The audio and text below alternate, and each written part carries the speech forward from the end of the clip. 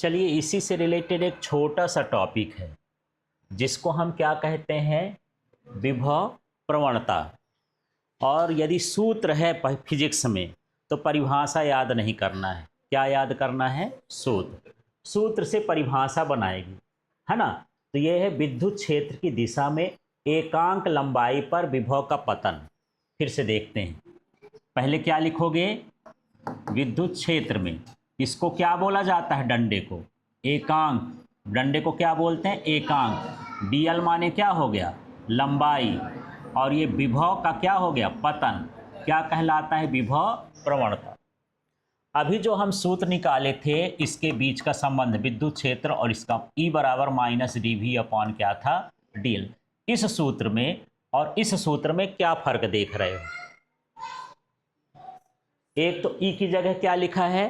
रो, और माइनस की जगह क्या लिखा है? प्लस। बस इतना फर्क है। तो यदि हम प्लस लगा देते हैं तो उसको हम क्या कहने लगते हैं? विभव प्रवणता। तो विभव प्रवणता की परिभाषा देखो, इसका नाम लो विद्युत क्षेत्र में, फिर इसका नाम लो एकांक, फिर इसका नाम लो लंबाई पर विभव के पतन को। जिस दिशा में विद्युत क्षेत्र होता है वहाँ पर विभव पतन होता है, उसे क्या कहते हैं? विभव प्रवणता। ठीक है, बोलोगे अब? हाँ बोलो तो। विद्युत क्षेत्र में एकांक लंबाई पर विभव के पतन को क्या कहा जाता है? विभव प्रवणता। और इसको किससे दर्शाएंगे? रो से। ठीक है, इसका मात्रक ये कैसे आया होगा आप बताओ? वोल्ट प्रति मीटर। सूत्र देखो, उसी से मात्रक आता है। हाँ बिल्कुल, लंबाई है तो मीटर हो गया, तो ये हो जाएगा वोल्ट प्रति मीटर।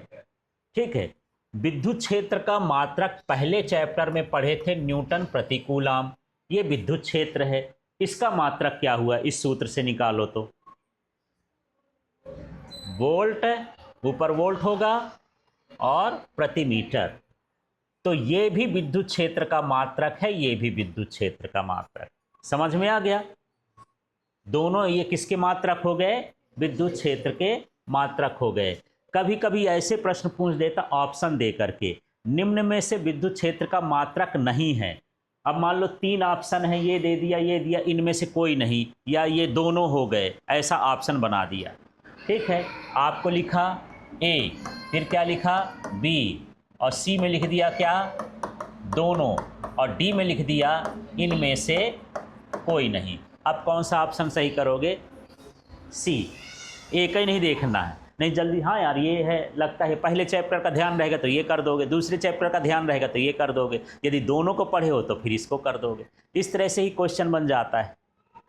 ठीक है, समझ में आ गया? अब देखो, तो इसका एसआई मात्रक समझ में आया। विभव का क्या हुआ?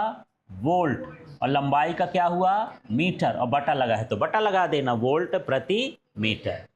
अब ये कैसी राशि होती है? सदिश राशि होती है। सदिश है तो दिशा कहाँ से कहाँ की ओर होती है? इसकी दिशा निम्न विभव से कहाँ की ओर होती है? उच्च विभव की ओर होती है। ठीक है, एक चीज हम और देख रहे हैं, ये जो विभव प्रवणता है ये विद्युत क्षेत्र के ऋणात्मक मान के बराबर है।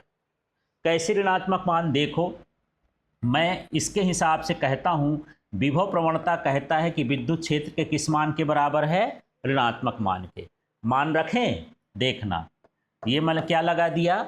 माइनस। ई का मान बताओ, नहीं अच्छे से बताओ। हाँ माइनस भी लगा है, क्या लिखा है? Minus D V upon D L. अब इसको हल करो, क्या आ गया?